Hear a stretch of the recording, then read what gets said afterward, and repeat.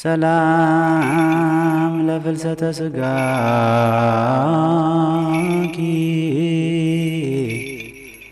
መካነ ፍስሐ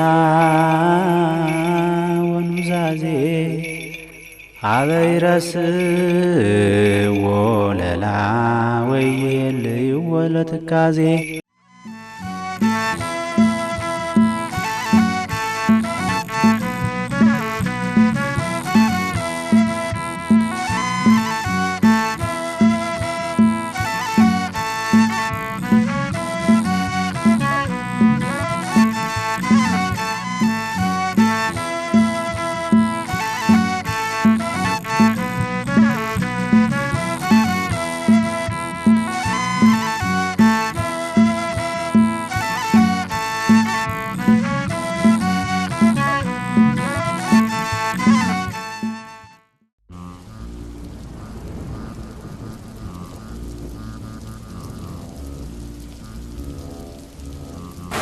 ሀገራችን በያዘችው ወርሃ ክረምት ሐምሌን ደናሁን ብላ ሸኝታ ነሐሴን በተቀበለችበት ዋዜማ ዝናብ ፋሱና ውሽንፍሩ በሰሜናዊ አቅጣጫ እየበረታ ነው። በዝናቡ ውርጅብኝ የሚሯሯጡ የወድስዋ መላእክት ለማለት ወደ ቤተ ክርስቲያን ደጃፍ የሚሄዱ ሕፃናት በሩቅ ይታያሉ። በእድሜ ለገፉ የሚያስታውሱት አንዳች ነገር አላቸው። በጎንደር ከነሐሴ 1 ጀምሮ የሚሆነውን መድረስ እንጂ መተረክ አይገልጸውም። ጎንደርን የሚያውቃት ሐምሌ ባለቀ ቁጥር ልቡ የቃህና ያንገረብን ወንዝ ተሻግሮ ከመማፀኛ ከተማ ይነጠፋል። አድባራቷ ሱባኤ ሲይዙ መንፈሳዊ ሥርዓቷ በከተማዋ ልዩ ድባብን የሚይዝበት አንድ መገለጫ አለው።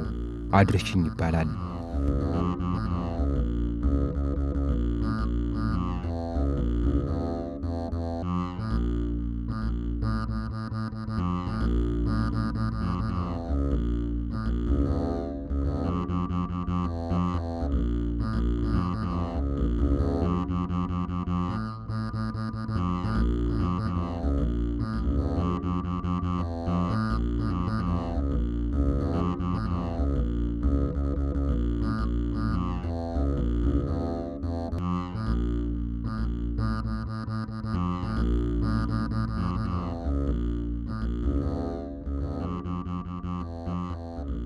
የቅድስት ድንግል ማርያም ስጋዋ ከመቃብር መለየትና ማድረግ ይታሰብበት ዘንድ የምትጾመው ፍልሰታ በአገራችን እንዲህ ተናፋቂ እንድትሆን ያደረጋት የታሪክ ጅማሮ ከዚህ ይነሳል።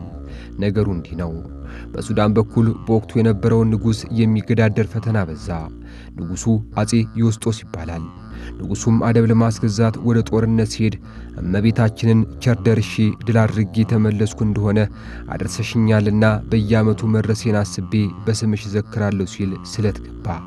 አላሳፈረችውም። የገባበትን ጦር በአሸናፊነት ደመደመ።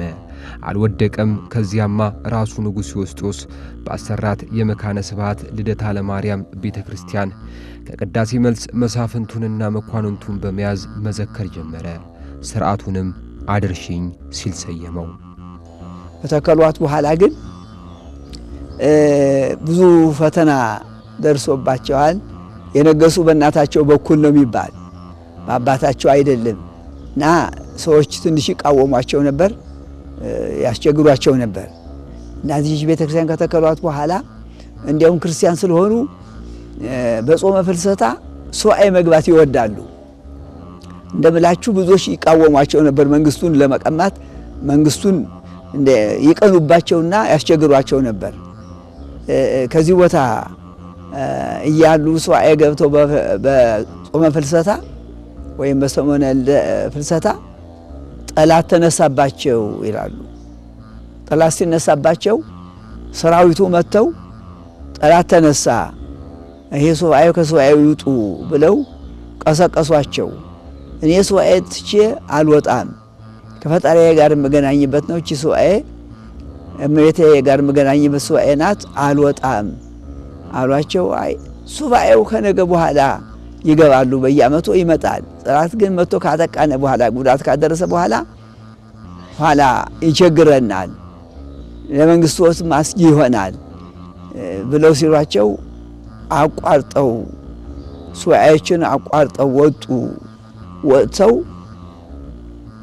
እመቤቴ ከዚህ ቦታ ጠላት ድል አድርጌ ከተመለስኩኝ አድርሽኝ እዘክርሻለሁ። አድርሽኝ ይባላል። ህዝቡ የሚጠጣው በዳቦ በጠላ በጥሬ እያደረገ አድርሽኝ በየዓመቱ አሁን ጎልቶና በሱ የሚታይ አለ። ያድርሽኝ ያን ጊዜ እመቤቴ ብታደርሽኝ እንዲህ ያለ ስርዓት ከዚህ እንዲህ ያለ ስምሽ በአድርሽኝ እንዲጠራ አደርግልሻለሁ ብለው ወጥተው ሄዱ። ጠላትን ድል አድርገው ተመለሱ። እግዚአብሔር አብሯቸው ስላለ ጠላቶቻቸውን አጥቅተው ከተመለሱ በኋላ ይሄ አድርሽኝ በዚህ ቦታ አድርሽኝ ያለ ህዝቡ ዛሬ በልደተ ዙሪያ በየቦታው ጎንደር ውስጥ ይሄን አድርሽኝ ተከብሮና ተወዶ ይኖራል። ይሄ ስርዓት ህግ በኃይል ሆኖ ተይዞ ይኖራል እና ንጉሱ እግዚአብሔር ያልተለያቸው እመቤታችን ጸሎት የእግዚአብሔር ቸርነት ያልተለያቸው ናቸው። ያው ጠላት እየመጣ ወራሪ ኃይል እየመጣ ይሄንን አላካሄድም። መጀመሪያ እንግዲህ ይሄንን አድርሽኝና ከርሞ ተመልሼ ልንጣ ከርሞ ይሄን ጠላት ድል አድርጌ ይሄንን ወራሪ ኃይል ባንቺ ፈቃድ በእግዚአብሔር ፈቃድ ድል አድርጌ ከመጣው 16ቱን ቀን ብቁል ታብቁዬ ጠላ ጠምቄ አስቀዳሹን ምእመናንን ካህናትን 16ቱን ቀን በሙሉ ባንቺ ስም የእመቤታችን የቅድስት ድንግል ማርያም የጽዋ ማህበር አደርጋለሁ በሚል በዛ ሂደት ጠላታቸውን ድል አድርገው አስተባብረው ምእመናንን ያሉትን የአገሬውን ህዝብ አስተባብረው ጠላትን ያን ወራሪ ኃይል አሸንፈው መጡ። በአመቱ ይሄንን ብቁል ታብቁለው ጠላ ጠምቀው ከቅዳሴ መልስ ሊቃውንቱን ካህናቱን ምእመናኑን ህፃናቱ ሁሉም ነገር ጽዋ ማህበር የእመቤታችን የቅድስት ድንግል ማርያም የጽዋ ማህበር በሚል ይሄንን አዘጋጅተው ለምእመናን እነሆ ብለው አድርሽኝ ብያት አደረሰች በሚል ብለው ይሄን ተደራሽ አድርገዋል ማለት ነው። ከዛ ጀምሮ እንግዲህ በጎንደር በተለይ በጎንደር ከተማ እንዲሁም በሌሎችም ከተማ በገጠሩም በከተማውም ዛሬ በሰፊው የእመቤታችን የፍልሰታ የጽዋ ማህበር ይህንን መሰረት አድርጎ እስካሁን ድረስ እየታሰበ ይኖራል። እንግዲህ እቺ የጽዋ ማህበር ስትነሳ የእመቤታችን የቅድስት ድንግል ማርያም ትነሳለች። የአፄ ዮስጦስ የፀሐይ ሰገድ የአፄ ዮስጦስ ታሪክ ይነሳል። ጎንደር ይነሳል። ብዙ ነገር ትዝታ አለውና ብዙ ታሪካዊ ነገር ይዳሰሳሉ በዚህ ሂደት ውስጥ ማለት ነው እና ይሄ በዚህች 5 ዓመት የጊዜ ቆይታ ነው እንግዲህ የተከናወነው ማለት ነው። ንጉስ ዮስጦስ በኢትዮጵያ የነገስታት ታሪክ ውስጥ በልዩ ሁኔታ የሚታወሰው የሰለሞናዊ ሥርወ መንግስት ቀጥተኛ የወንድ መስመር ወራሽ ሳይሆን በከፍተኛ መኳንንት ምርጫ ወደ ስልጣን በመምጣቱ ነው። ከአፄ ተክለ ሃይማኖት አንደኛና ከአፄ ቴዎፍሎስ ግድያና ሞት በኋላ በቤተ መንግስት ውስጥ የነበረውን የእርስ በርስ የበቀልና የግድያ ዙሪት ለማስቆም ሲሉ የጎንደር መኳንንት እርስ በእርሳቸው ተስማምተው ዮስጦስን በ704 ዓመተ ምህረት አነገሱት። ከዚያ በኋላ ነበረ አፄ ዮስጦስ በጎንደር ከተማ ውስጥ ዛሬ የምናሳያችሁን እስከ ዛሬ ድረስ የሚታወስበትን የቁስቋም ማርያም ቤተክርስቲያንን በእመቤታችን ራእይ መገለጥ ሊሰራ የቻለው። እንግዲህ አፄ ዮስጦስ የክብር ስማቸው ፀሐይ ሰገድ ይባላሉ። ፀሐይ ሰገድ አፄ ዮስጦስ ተብሎ ይነገራል እና በጎንደሪያን ነገስታት ከነገሱት አንዱ እንግዲህ በጎንደር 18 ነገስታት ነግሰዋል ይባላሉ። ከ18ቱ አንዱ እሳቸው ናቸው ተብሎ የሚነገሩት እና የዘመን የንግስና ዘመናቸው ጥቂት ናት። ግን በዛች ጥቂት ውስጥ ደግሞ በዛች ጥቂት አመታት ውስጥ ላይ ትልልቅ ታሪካዊ ስራዎችን ሰርተው ሄደዋል። አንዱ እንግዲህ ይህችን ቤተክርስቲያን የተከሉት እሳቸው ናቸው። የተከሏት እሳቸው ናቸው። በማን ስም? በእመቤታችን በቅድስት ድንግል ማርያም በልደታ ብለው ተሰይማ በእመቤታችን ቅድስት ድንግል ማርያም ስም በጎንደር ይህችን መካነ ስብሐት ልደታ ማርያም ቤተክርስቲያንን ተክለው ሂደዋል አልፈዋል እና እንግዲህ አፄ ንጉስ ዓለም ፀሐይ ሰገድ አፄ ዮስጦስ ተብለው እንደሚጠሩ ታሪክ ይነግረናል ማለት ነው። ከዚህ አንፃር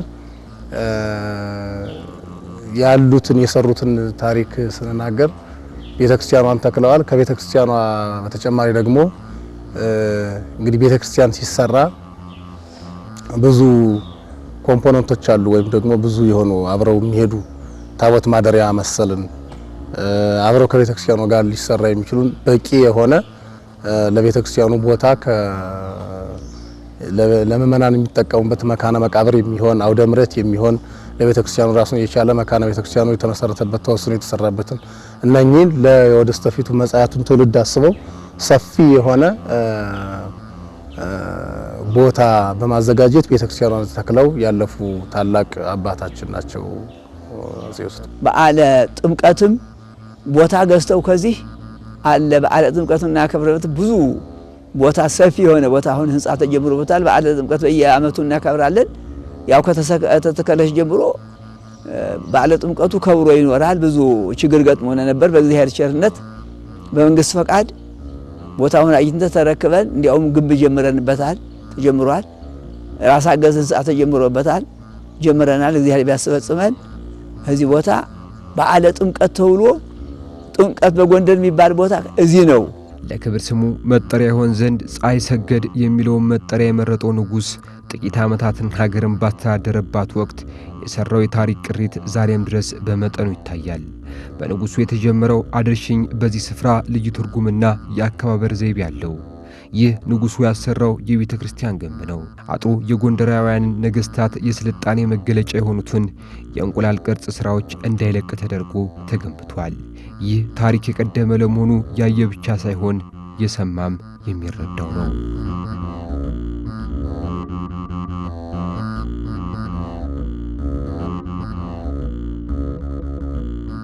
የንጉሥ ዮስጦስ ግለ ታሪክና የጥቂት ዓመታት ስልጣኔ ገዝፎ የሚነሳበት በዚህ ስፍራ ከዕለታት አንድ ቀን እንዲህ ሆነ።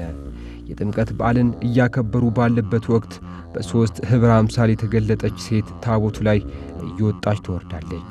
ይህንን ያየው ንጉሡ ሰይፉን ከሰገባው መዞ ካህናቱን ይህች ሴት ማነች? ታቦቱ ላይ ትወጣለች ትወርዳለች፣ ዞር አድርጓት በማለት ሰይፋቸውን ወደ ካህናቱ አዝሮ ቢጠይቁ ንጉሥ ሆይ ያየነው ነገር የለም፣ እርሱ ያሏት ሴት ለእኛ አትታይም ሲሉ ሊቃውንቱ መለሱ። ንጉሡም ይህ ምስጢር ሳልረዳ ወደ ቤተልሔም አልገባም በማለት ከደጅ ሰላም አደሩ። ምስጢሩም ተገለጠላቸው። እግዚአብሔር እመቤታችን የተገኘሽበት በዓለ ጥምቀት ሲያከብሩ እሳቸው በፈረሳቸውም በመቁራቸው ሆነው ነው የሚያከብሩ። በሰራዊት ታጅበው እሷም ታቦቷን አጅበው ሲሄዱ ከታቦቱ በስተኋላ መልከ መልካም ሴት መልካም ልብስ ለብሳ ቁማ ያያታል። ታቦቱ በኋላ ካህናቱ ጋር ቁማ ያያታል። ዘንጋቸው እየዘረጉ እቺን ሴት አስወግዱ እያሉ ይጮሁ ነበር ይላል። ምን ነው እቺ ሴት ከምን እንዴት ለምን ወገኖቿ ጋር እዚህ አትቆም? እቺ ሴት አስወጡልኝ እቺ ሴት እያሉ ይላሉ። ካህናቱ ግራ ተጋቡ። ምንድነው እንዲህ ንጉሥ ሚሉ እያሉ በትግስት ሄዱና ጠየቋቸው። እናንተ አታዩትም? እኔ ማየት እሱ መካከላችሁ ሴት ያለችው ሴት እቺ መልከ መልካም ሴት እቺ ለምን ታቦቱ ገባች እያሉ ተበሳጩ። አላወቁም። ኋላ እኛ ላየናትም እሱ የሚያዩት እኛ ላየንም እሱ ግን የሚያዩት እኛ ላየንም ብለው አላቸው። እዚያ በኋላ ሱባኤ የገቡ ነው እንዳሉ በዚህ ይህን ነገር ያየኋት ሴት ማን እንደሆነች እግዚአብሔር ግለጽልኝ ብሎ ወደ ፈጣሪያቸው ሱባኤ የገቡ ዕለቱን ነው የሚላቸው እና እመቤታችን እንደሆነች ተገለጸችላቸው፣ አነጋገረቻቸው፣ ደስ አላቸው እና በዓለ ጥምቀት ተብሎ በጎንደር የሚዘከር የሚነሳ የሚከበር መጀመሪያው በዓለ ጥምቀት በልደታ ነው። ጥምቀት በጎንደር ተብሎ መነሻው መጀመሪያ ይሄ ነው። አሁን ወደ ፋሲለደስ የሄደው መነሻ አሁንም እንዳለ ነው። በየዓመቱ እዚህ አካባቢ እዚች ነው የሚያከብር በዓለ ጥምቀቱና ይህችን ቤተክርስቲያን የሰሩ እሳቸው ናቸው። አፄ ዮስጦስ ጽኑ እምነት ስላላቸው ለእመቤታችን በጣም ጽኑ እምነት የጠለቀ እምነት ስለነበራቸው ፍቅር ስለነበራቸው በዛ መሰረት ሲያከብሩ ካህናቱ እየወረቡ እያሸበሸቡ ምእመናን ሆ እያሉ እናቶች እልል እያሉ በሚያከብሩበት ሰዓት ከታቦቱ ላይ የሆነች ሴት ተገልጣ ያዩ ነበር። እሳቸው በፈረሳቸው ላይ ሆነው እንትን እያሉ ሳለ እያከበሩ ሳለ ትታያቸው ነበር። ይቺ ሴት ማን ነው ከታቦቱ ላይ የምትታይ በሚል ዘንጋቸውን ነጥቀው ወርደው እንትን ሲሉ ትሰወራቸዋለች። እንዲህ እያለች እስከ ቤተክርስቲያን እስከሚገቡ ድረስ ወደ መንበረ ክብሯ እስከምትገባ ድረስ ቤታችን ቅድስት ድንግል ማርያም ይሄ በየሰዓቱ ትታያቸው ነበር። ከዛ በኋላ መጨረሻ ላይ እመቤታችን መሆኗን ገለጸችላቸውና ከዛ በኋላ ጥምቀት በጎንደር በጥምቀት ጊዜ ጎንደር እንደምትገለጽ አክሱም ጽዮን አክሱም በየጽዮን ደግሞ አክሱም በያስተርዮ ደግሞ ማህደረ ማርያም እንደምትገለጽ በዚህ ሰዓት አባቶቻችን ይነግሩናል። እንዲህም ታሪክ ይነግሩናል ማለት ነው። ስለዚህ ከዛ ይሄ የጥምቀት የታሪክ ዳራ ይሄን ይመስላል። ጥምቀት በጎንደር የሚመስለው። ከዛ ቀጥሎ እንግዲህ የመጀመሪያውን ድርቡሽ ነው ያቃጠለው። እንግዲህ ድርቡሽ ይሄን ቤተክርስቲያን ህንጻ ቤተክርስቲያን ድርቡሽ ነው ያቃጠለው ተብሎ የሚነገረው ይሄ ማህዲስቶች ናቸው። እነዚህ ማህዲስቶች በጠላትነት መጥተው ያው አቃጥለዋል። ስለዚህ በዚህ ሰዓት እንግዲህ የተቃጠለም አለ ያልተቃጠለም ካህናቶች በወቅቱ የነበሩ አበው ካህናት አውጥተው ያተረፉትም ሀብት ይኖራል። የተቃጠለውም ተቃጥሏል። ቤተክርስቲያኑን በሙሉ ምንም እንትን ያለ ነገርም የለም ወድሟልና አውድመውታል። ያው ድርቡሽ ነው ያፈረሰው ቤተክርስቲያኑ። ወርቅ የሆነ ቤተክርስቲያን ነው የነበረሳቸው ያሰሩት። አሁን ይሄ የምታዩት በጀርባችሁ ያለ ይሄ ዝቅ ብሎ የሚታየው እንዲህ 6ቱ እነዚህ ቆመው ያሉ የጥንቱ ቤተክርስቲያን ማሳሰቢያ እንዲህ ነበረ ተብሎ አሁን ቤተክርስቲያኑ የተሰራም ያን ተመልክቶ ነው። ያን ይሄን መነሻ አድርጎ ነው። ይሄ አይፈርስም የጥንት ነው ተብሎ አሁን ይሄ ታድሶ ብታዩት የጥንቱ ቤተክርስቲያን እንደዚህ ነው የነበረ እና እሳቸው የሰሩት ቤተክርስቲያን ያው ጠላት መጥቶ ጎንደርን አብያተ ክርስቲያን ሲያፈርስ አፍርሶትን የሄደ እዚያ እግዚአብሔር አሁን ይሄ እንዲህ ያለ ሲሰራ ድረስ ተሰርቶ ህዝብ ሲገለገልበት የነበረ ቤተክርስቲያን ነበረች። የጥንቱ እንደፈረሰ ያው ይሄ ምልክቱ ፍርስራሹ ይታወቃል። አሁን አዲስን አስቀምጠነዋል። ስለዚህ በዚህ ሰዓት የተረፉት ንብረቶች በአጠቃላይ እንደ የጎንደሪያን አብያተ ክርስቲያናት በሚቃጠሉበት ጊዜ አብዛኛው መጻሕፍት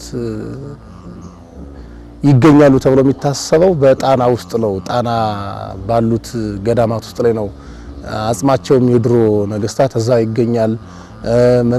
መጻሕፍትም እዛ ይገኛሉ። የቤተክርስቲያን ማንኛዎቹም መጻሕፍት አብዛኛዎቹ በዛ ነው ተጠግተው ያሉ ይባላል እና ከዚህ መካከል አንዱ እንግዲህ ዘጌ ከሚባል ገዳም ይመስለኛል እዛ አካባቢ ነው እንግዲህ ትልልቅ ብዙ የጎንደር ንዋያተ ቅድሳት ተጠራቅመው ተሸክፈው ወይም ደግሞ የሚገኙት እዛ ዘጌ ከሚባለው ነው።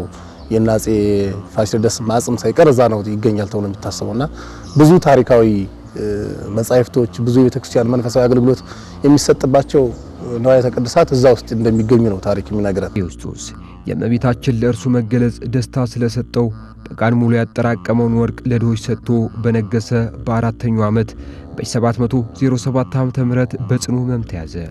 ከንጉሱ አሟሟት ጋር ተያይዞ 2 መላምቶች ይነገራሉ። አንደኛው በዘመዶቻቸውና የእሳቸውን ስልጣን ለመያዝ ባሰቡ ተንኮለኞች በተሰራባቸው ሴራ ተገደሉ ሲል፣ ሌላኛው ወገን ደግሞ የልደታ ማርያም ቤተክርስቲያን በምትገኝበት ምስራቃዊ አቅጣጫ የምትገኝ አንድ ቤተክርስቲያን አስመርቀው ሲመጡ መታመማቸውን ተከትሎ ለመዳን ከገዳም ቢጸልዩ ፈውስ ተስኗቸው በአልጋ ላይ ሆነው ወደ ቤተ መንግስት እንደተመለሱ የካቲት 12 ቀን 1708 ዓመተ ምህረት እንዳረፉ ይናገራል።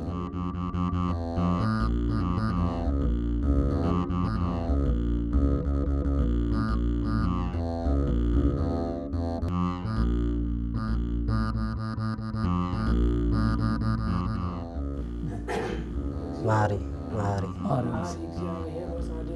እግዚአብሔር ቸር ይቅር ባይ እውነተኛ የባህሪ አምላክ ነው።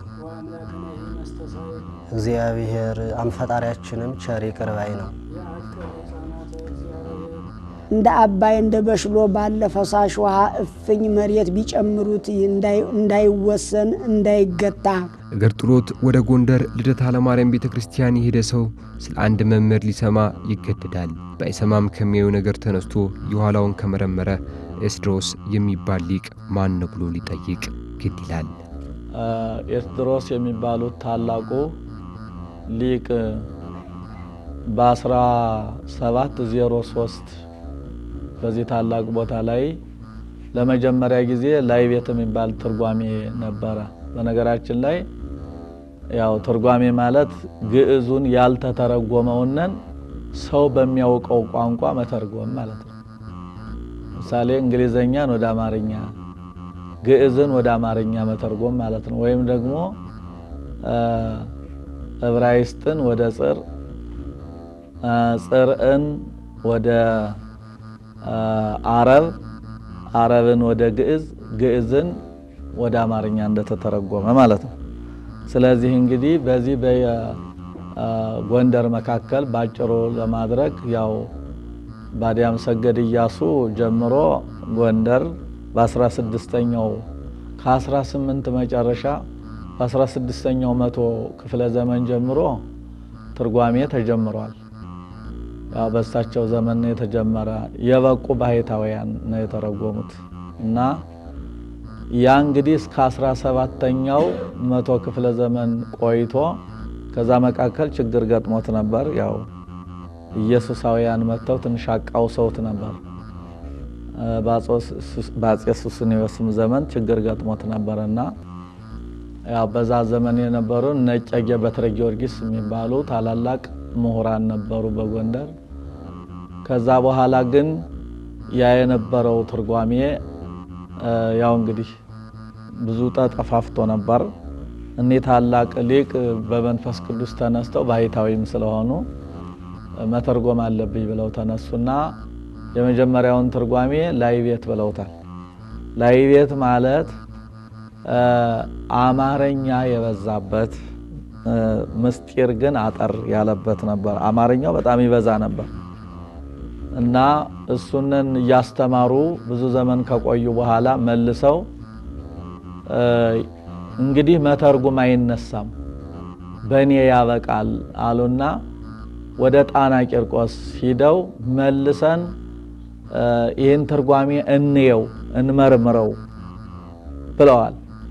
እና ይህን ካሉ በኋላ ወደ ደቀ መዛሙርቶቻቸው መጀመሪያ ላይ ቤቱን ወደ ተማሩት ደቀ መዛሙርት መልእክት ልከው ኑ መልሰን ትርጓሜውን ልናይ ነው አሉ።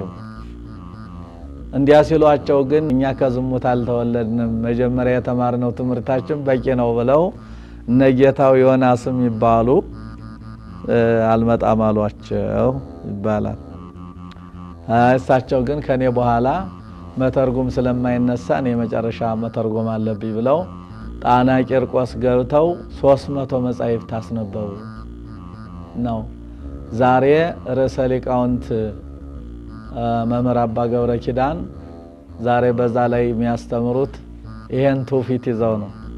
ታላቁ ሊቅ ጌታው ኤስድሮስ ወደ ጣና ቂርቆስ ገብተው ሱባኤ ከያዙበት ላይ ነው ወንበሩን የተከሉት ማለት ነው። ገዳሙ ጣና ቂርቆስ ያው የቅዱሳን ቦታ ነው። እመቤታችን ያረፈችበት ባለ ታሪክ ቦታ ቢሆንም ጉባኤውን የተከሉት ግን ጌታው ኤስድሮስ ሱባኤ ከያዙበት ያን በማስታወስ ነው ማለት ነው። ከዛ ተመልሰው መጥተው ታሽቤት የሚባለውን ትርጓሜ ማስተማር ጀመሩ በዚች ቦታ። ከዚህ ሆነው ነው እንግዲህ ይህን ታሽቤት የሚባል ትርጓሜ ያስተማሩ ማለት ነው። ማስተማር ጀመሩ። ከዛ በኋላ ብዙ ሊቃውንት ታወጡ።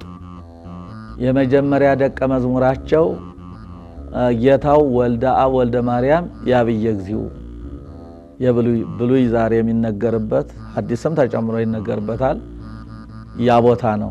የስፍራውን ታሪክ የማያውቅ እንግዳ ዛሬ ላይ ደርሶ የልደታ ለማርያም ቤተክርስቲያን ውጫዊ ውበቷን አይቶ የቅርብ መስረታ ብትመስለውም ታሪኳ የቀደመ መሆኑን ከአባቶች ይሰማ ዘንድ ይከተዳል። ውስጣዊ ውበቷን ደግሞ ቢመለከት እንኳን መንገደኛ እንግዳና በየቀኑ የሚያዩት እንኳን እንዳይጠግቧት ተደርጋ እንደተሞሸረች ይገነዘባል።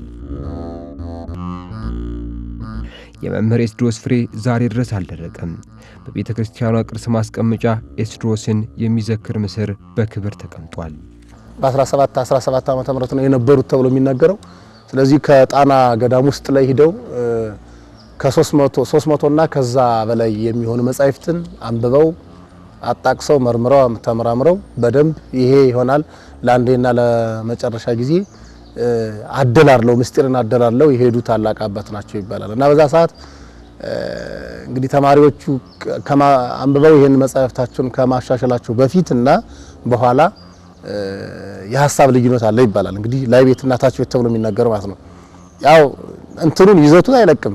እንግዲህም ሐሳባዊ ይዘቱን ርሱን ሳይለቅ ግን የአብርሆት የሚባለው ወይም ደግሞ የማብራሪያ የመግለጫ መስጠትና የማነስ ጉዳይ ካልሆነ በላይ ቤቱ ጊዜ አጫጭር የሆነ ገለጣ ይኖራል፣ ገላጭ ይኖራል። በታች ቤቱ ጊዜ ደግሞ ሰፊ የሆነ ማብራሪያ ይኖራል። በዚህ ነው ላይ ቤትና ታች ቤት ብለው የሚለዩት እንጂ ሁሉም ይዘቱን አይለቅም፣ ጭብጣ ሐሳቡን አይለቅም። ግን ሆኖም ማብራሪያ ያነሰውና ማብራሪያ የበዛለት በአብርሆቱ ነው የሚለየውና በዚህ ሰዓት እሳቸው ናቸው እንግዲህ ተብሎ የሚነገረው። በመጻሕፍትም ያሻሻሏቸውም ይጠቀሳሉ።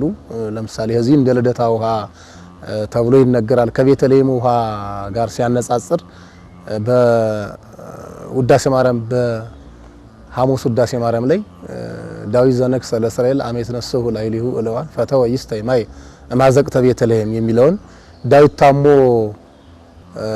ቃሳ ወጥቶ ባለበት ሰዓት በዛ ሰዓት የቤተልሔምን ውሃ የምንጭ ውሃ ሊጠጣ ወደደ ይላል። አምጡልኝ አላቸውና አመጡለት። ከዛ በኋላ ያ ሊጠጣ ወደደ። ከዛ በኋላ ሲያይ ጠላቶቹ በዛ ከበውት ነበርና ያንን ሲያነጻጽር ከዛ የጠላቶች እዚህ ከበው ወንድ እዛ መጥቶ የቤተልሔምን ውሃ አምጡልኝ ብሎ ሊጠጣ ወደደ ነው የሚለውና ከዚህ ያንን ሲያነጻጽር የቤተልሔምን ውሃ እንደ ልደታ ውሃ ብሎ ከምዕራብ ወደ ምስራቅ የምትፈስ እንደ ማየ ሕይወት ብሎ እንትን ይላታል። ምክንያቱም ይቺ ማየ ሕይወት ተብላ የተነገረችበት የቤተልሔም የውሃ የምንጭ ውሃ ብዙ ድውያንን ትፈውስ ነበር፣ ብዙ ለምጻሞችን ታነጻ ነበር፣ ብዙ እንትኖችን መጻጎችን ትፈውስ ነበር።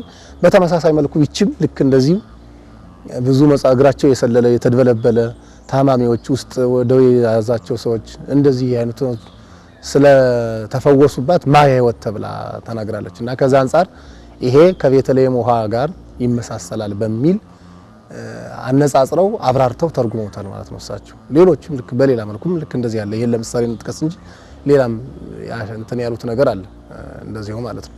ኤስድሮስ አራት አይና ሊቅ ናቸው። በጣም በጎንደር ታሪክ ያላቸው ጉባኤ ቤት የነበረ ከዚህ ነው። እንደ ልደታ ውሃ እየተባለ የሚነገረው በውዳሴ ማርያም ታሪክ ከዚህ ቦታ የነበረ ጉባኤ አስፍተው አምልተው የሚያስተምሩበት የነበረ ልደታ ቤተክርስቲያን ነው። መምህር ኤስድሮስ አራት አይና ናቸው። ታላቅ ሊቅ ናቸው። እዚህ ቦታ ነው የነበሩ። እንዲያውም 300 መጻሕፍት አንበዋል። ሄደው ጣና ውስጥ ገብተው 300 መጻሕፍት አንበዋል ለብሎ ይነገራል።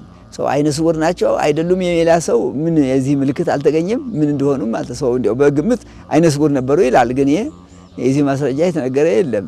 እና ሰውየው ግን ታላቅ ሊቅ በዚህ ቦታ ስንት ሊቃውንት እንደነበሩ እሪም እንደነበረባቸው በገጠር ሂደው ወደ 3 አብያተ ክርስቲያናት ቦታ እንደነበረ እሪም እያመጡ እንደሚጠቀሙ ወደ 150 ያህል ሊቃውንት እንደነበሩበት ነው የሚነገር። ከዚህ ለሁሉም እሪም አላቸው፣ ግብር አበል አላቸው። በገጠር እያስመጡ ለሊቃውንቱ ነበረ ብዙ። እሳቸው ዋናው ግን መምህር የነበሩ እሳቸው ናቸው፣ የመጻሕፍት ማለት ነው። ከዛፍ ጥላ ስር እውቀትን ፍለጋ የሚታትሩ ሕፃናት የልደታ ለማርያም ቤተክርስቲያን መገለጫዎች ናቸው። ምቹ ባልሆነው የመማሪያ ስነ ምህዳር ቅኔን የሚቀኙ ተረጓሜን የሚተረጉሙ ጣዕመ ዜማን ከአንደበታቸው የሚያፈልቁ ደቀ መዛሙርት በቂ የሆነ መማሪያ ሳይኖራቸው ይሄ ጉባኤ የተተከለው በ2010 ነው።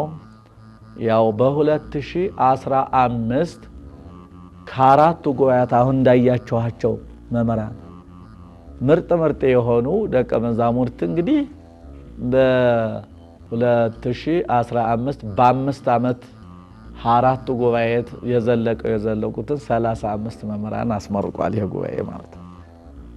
እና አሁን ደግሞ የዛን ሰዓት በ2015 የ1 ዓመት የ2 ዓመት የነበሩ ደግሞ ዛሬ 5 ዓመት 6 ዓመት የሆናቸው መምህራን አሉ። እነዚህ ደግሞ አሁን በቁጥር በጣም ብዙ ናቸው። የ4 ዓመትም አሉ። አንዲት ዓመት ናት የምትቀር። በጣም ብዙ ነው። ተመራቂው ብዙ ነው የሚሆነው። የ4 ዓመቶቹ ምናልባት አንዲት ዓመት ይፈቀድላቸዋል ከቦታው። ያው አንዳንድ ነገር 5 ዓመት ሳይሞላ እንወጣ። በእርግጥ ዘልቀነዋል፣ ተዘልቋል። አሁን ትምህርቱን ቀድመን ዘልቀነዋል። ግን 5 ዓመት እስከሆነ ድረስ 5 ዓመት በፊት አንሄድም ሊል ይችላል የተመረቀው ደቀ መዛሙርት ሁሉ። ግን የዛን ጊዜ የ1 ዓመትና የ2 ዓመት የነበረው ደቀ መዝሙር አሁን ደርሶ መስከረም ላይ እንደ እግዚአብሔር ቸርነት መስከረም ወይ 3 ወይ 10 እሁድን ፈልገን ሁለተኛ ዙር ሊያስመረቅ ነው ማለት ነው። ይሄ ጉባኤ በመምህር ኤስድሮስ አሁን መምህር አራት አይና አባ ገብረ ማርያም ቆሞስ አባ ገብረ ማርያም ተክተናል። እዚህ ቦታ ጉባኤ እየተካሄደ ነው። ባጀት ግን የላቸውም። ዝም ብሎ ቤተክርስቲያኒቱ የተቻላትና ምእመናን የሆናን እጅ አይተው ነው ተማሪዎቹ የሚማሩ ያለ። ምንም ባጀት የላቸውም። መምህሩ ግን ተክተን 30-40 ያህል ተማሪዎች እየተማማሩ ነው ያሉ። ወደ ጥንቱ ነገር ተመልሷል። መጻሕፍት ጉባኤ ተተክሏል። ይህ ብቻም አይደል፣ ወደ 30 ዓመት ያህል ያስተማሩ የቋቋም መምህር አሉ። ከዚህ ሊቀ ጠበብት ፍስሐ የሚባሉ እዚያም ቀጥሮ የቅዳሴ መምህር ቃለ ጽድቅ ደግሞ አሉ። እሳቸው ጉባኤ አስፍተው እያስተማሩ ነው። የልጓ መምህርም አለ። 4 መምህራኖች በቤተ ክርስቲያን ዙሪያ አሉ። ለእኒህ መምህራኖች ተማሪዎች ወስነን ተማሪው ስለሚበዛ ቦታ ስለሌለ 40 ተማሪ አጠቃላይ ለአራቱ ጉባኤ 160 ተማሪ ወስነናል። ይሄ የሆነበት ምክንያት ምንድነው? ቦታ ስለሌለ ገና ቦታ አስፍቶ የጉባኤ ቤት ሲሰራ ድረስ ይሄ በቃል ብሎ ሰባካ ጉባኤ እነዚህን ቤት ሰጥቶ መቃብር ቤት ማለት ነው ሰጥቶ ለድጓ ቤት ጥሩ ቤት ሰርቶ ሰባካ ጉባኤ ሌሎችም ላቋቋም ለሁሉም ሰርቶ ቤት መቃብርም ያለው አሉ የተሰራም አለ። እነዚህ 4 ጉባኤ በዙሪያው አሉ። ከዛ ያይዞ ግን ይሄ ጉባኤ ይሄን ሁሉ ደቀ መዛሙርት ሲያፈራ ምንም ቀለብ የለም። የሚያሳዝነው ይሄ ነው። ስለዚህ አሁን ይሄንን ደቀ መዛሙርት እየመራ ነው ያለ ያ በመመናን ባንዳንድ በጎ አድራጊ ማኅበረ ቅዱሳንም ለመጀመሪያ ጊዜ እንደመጣው በዚህ ቦታ ያው አንድ 4000 ነው ምናምን ብር ጀምሮልኛል ማኅበሩ ማለት ነው። እና ከዛ ጊዜ ጀምሮ ያው አሁን ኑሮ ውድነቱ አሁን ወደ 5000 ነው ምናምን ሆኗል ይመስለኛል። እና እነሱ ለ10 ተማሪ ነው ምናምን አካባቢ እኔ በየጊዜው ያው እየሄድኩ አስቸግራለሁ ማኅበሩን ለምንድን ነው እንደዚህ ሆነው ምናምን እላለሁ። እሺ ቆይ ትንሽ ተማሪ ነው የመዘገብነውና ብዙ ተማሪ መሆኑን ወደፊት አስመዝግበን ወደ ዋናው ማይከል እናደርስልዎታለን የሚል አመራሮቹ አነጋግረውኛል ማለት ነው። እና ያው ተማሪው በችግር ላይ ነው የሚኖረው። ቀጥሎ እንደነገርኳችሁ ቀለብ ነው። ቀለብ ያው አንዳንድ ምእመናን አልፎ አልፎ እንደዚህ ካልሆነ በስተቀር አንዳንድ የዝም ለምንቆምበት ጊዜ አለ። እንደ እግዚአብሔር ቸርነት ያው የሰማይን አይዋፍ ተመልከቱ ያለው ጌታ አንዳንዱ አልፎ አልፎ ካልሆነ በስተቀር ኑሮው እንደነቱ አንፃር የምግብም ችግር አለብን። የልብስም ያው ልብስስ እነዚህ ማን ያለብሳቸዋል? ያው ከዛ ከእናት አባቶቻቸው የዛን ጊዜ ይዘዋቸው የመጡ ልብሶች ካልሆነ እሱ ወዲህ የሚያለብስም ሰው የለም። የልብስም ችግር አለ። ከዛ ደግሞ ብትገኝም ያች እንኳን ብትገኝ እንጀራይቱ ደረቅ እንጀራ ናት።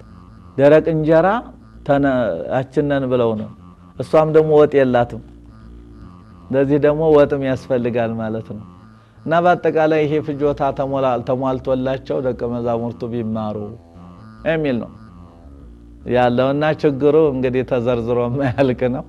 ይሄን ይመስላል ባጭሩ እንግዲህ ገልጨላችኋለሁ። በተቻለ መጠን እንግዲህ እናንተ ደግሞ ለሚገባቸው ብዙ ሃይማኖታቸውን የሚወዱ ቤተክርስቲያናቸውን ጉባኤያቸውን የሚወዱ ብዙ ምእመናን ስላሉ ለዛ እናንተ ደራሽ ብታደርጉት ደግሞ ጉባኤ ቤቱ ይቀጥላል ማለት ነው። ቤተክርስቲያኗ የራሱ የሆነ የገቢ ምንጭ የሌላት በመሆኑ በጎንደር ከተማ ራስ አገዝ ልማት ለማከናወን የህንጻ ግንባታ ጀምራለች። ወደፊት ያላት የቤተክርስቲያኒቱ አሁን በፊት እንደምታውቁት ከዚህ እንደሚታወቀው ከታች በኃይለ ጥምቀቱ ችግር ነበረን። ሌሎች ከኛ በሃይማኖት ሌላ የሆነ ወስደውብን ነበር። በህዝቡ ትግል በመንግስት ግዳፍ በእግዚአብሔር ቸርነት ወደ ቤተክርስቲያኑ ተመልሷል። ወደ 23000 ያህል ነው አላት ቦታ ቤተክርስቲያኒቱ። አሁን እዚህ ህንጻ ቤተክርስቲያን እዚያ ራስ አገዝ ህንጻ ቤተክርስቲያኑ ጀምራለች። ልማት እንኳን የላትም። መኪናው ወፍጮ አላት።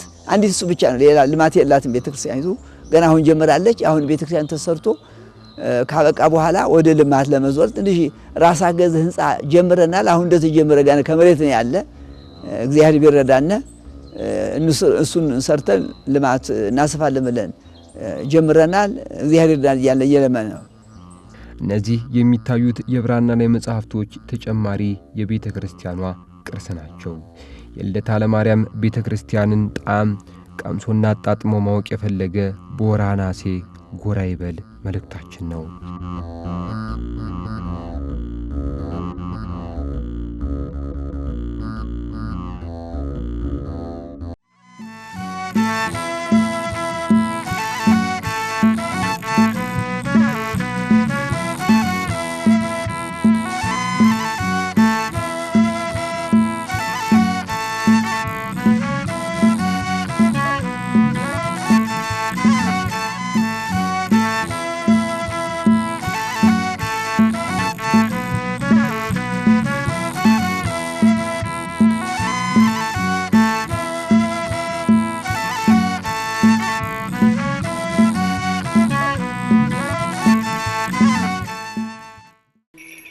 ሰላም ለፍልሰተ ሥጋኪ